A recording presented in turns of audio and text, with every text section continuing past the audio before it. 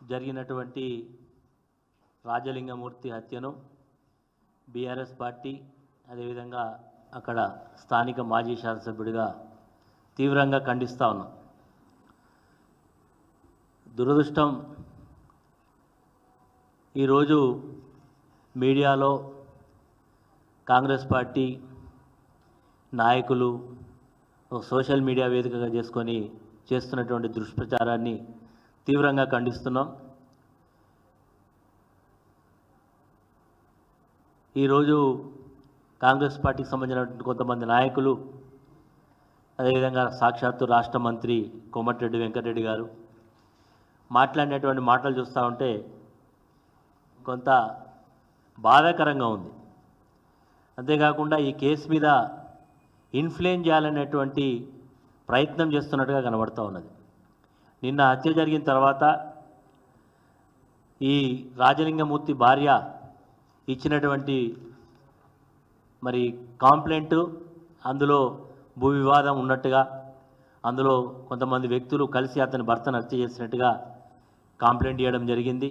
దాని ఆధారంగానే పోలీస్ వాళ్ళు ఎఫ్ఐఆర్ కాపీని కూడా ఇవ్వడం జరిగింది. చాలా స్పష్టంగా చంపినటువంటి వ్యక్తులు పోలీసుల దగ్గర, మరి పోలీసులు పట్టుకున్నారా, పోలీసుల వాళ్ళు లొంగిపోయినా నాకు సమాచారం లేదు, కానీ పోలీసుల దగ్గర ఉన్నట్టుగా మాకు సమాచారం ఉంది. చంపినటువంటి వాళ్ళు మేము చంపినామని చెప్తా ఉన్నారు. దానికి సంబంధించినటువంటి విషయాలన్నీ కూడా తెలిసిన తర్వాత ఈరోజు వీళ్ళు మాట్లాడేటువంటి మాటలు చూస్తూ ఉంటే ఈ యొక్క హత్యా కోణాన్ని ఒక రాజకీయ దురుద్దేశంతో బీఆర్ఎస్ పార్టీ పైన, సాక్షాత్తు మాజీ ముఖ్యమంత్రి కేసీఆర్ గారిపైన, హరీష్ రావు గారిపైన, నాపైన చుట్టేటువంటి ప్రయత్నం చేస్తున్నట్టు కనబడుతూ ఉన్నది. ఎందుకంటే ఈ యొక్క రాజలింగమూర్తి అనేటువంటి వ్యక్తి కాళేశ్వరం ప్రాజెక్టు మీద ఒక కేసు వేసిండు. ఆ కేసు వేసినందుకే మంత్రి అయితే సాక్షాత్తు వెంకటరమణారెడ్డి హత్య చేయించిండని చెప్తా ఉన్నాడు. ఏ ఆధారంతో ఆయన మాట్లాడుతున్నాడో ఆయన నోటికే మొక్కాలి. ఈరోజు ఆయన పార్టీ శాసనసభ్యుడిగా ఉండేటువంటి వేముల వీరేశం అనేటువంటి ఈరోజు ప్రస్తుత శాసనసభ్యుడు గతంలో ఒక హత్య చేయించిండని చెప్పి ఆ రోజు ధర్నాలు చేసినటువంటి సందర్భాలు మనం చూసినాం. అసెంబ్లీ వేదిక మీద కూడా లేనటువంటి మాటలు అనేకం మాట్లాడినట్టు చూస్తున్నాం. వెంకటరెడ్డికి ఇది పూర్తిగా ఒక ఆనవాయితీ అయిపోయింది, ఆనవాయితీతో మాట్లాడుతున్నట్టుగా అర్థమవుతూ ఉన్నది. అదేవిధంగా కాంగ్రెస్ పార్టీకి సంబంధించినటువంటి కొంతమంది వ్యక్తులు ఇది బీఆర్ఎస్ పార్టీ హత్యా రాజకీయాలకు తెరలేపింది అనేటువంటి మాట మాట్లాడుతూ ఉన్నారు. బీఆర్ఎస్ పార్టీ ఎప్పుడు కూడా హత్యా రాజకీయాలను ప్రోత్సహించేటువంటి సందర్భాలు ఉండవు. ఈరోజు రాజలింగమూర్తి గారు కేసు వేసిండ్రు.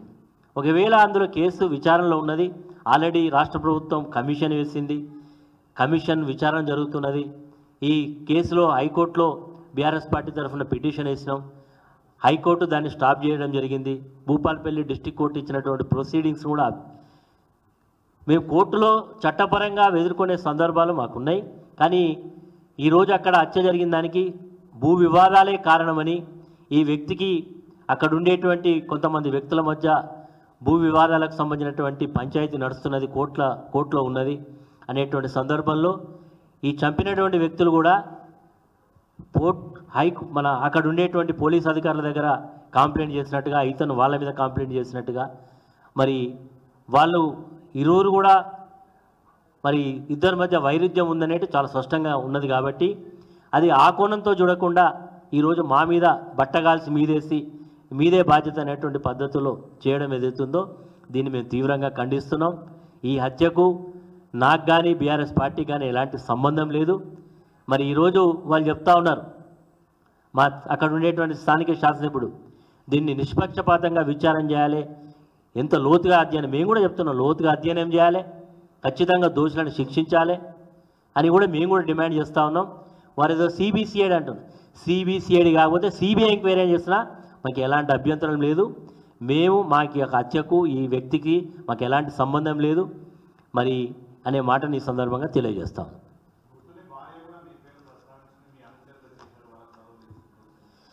ఈరోజు ముత్తుని భార్య ఇచ్చినటువంటి కంప్లైంట్ ఏ రకంగా ఉంది, కొన్ని గంటలు మారిన తర్వాత కొంతమంది వ్యక్తులు వారిని ప్రేరేపితం చేసి మాట్లాడించినట్టుగా కనబడుతూ ఉన్నది తప్ప ఇది గతంలో ఈరోజు ఎవరైతే ఆమె ఆరోపణ చేస్తూ ఉన్నదో ఆమె గతంలో బీఆర్ఎస్ పార్టీ నుంచి కౌన్సిలర్గా గెలిచినటువంటి ఆమె వాళ్ళ యొక్క విధానాలు నచ్చగానే వారిని పార్టీ నుంచి దూరం పెట్టడం జరిగింది.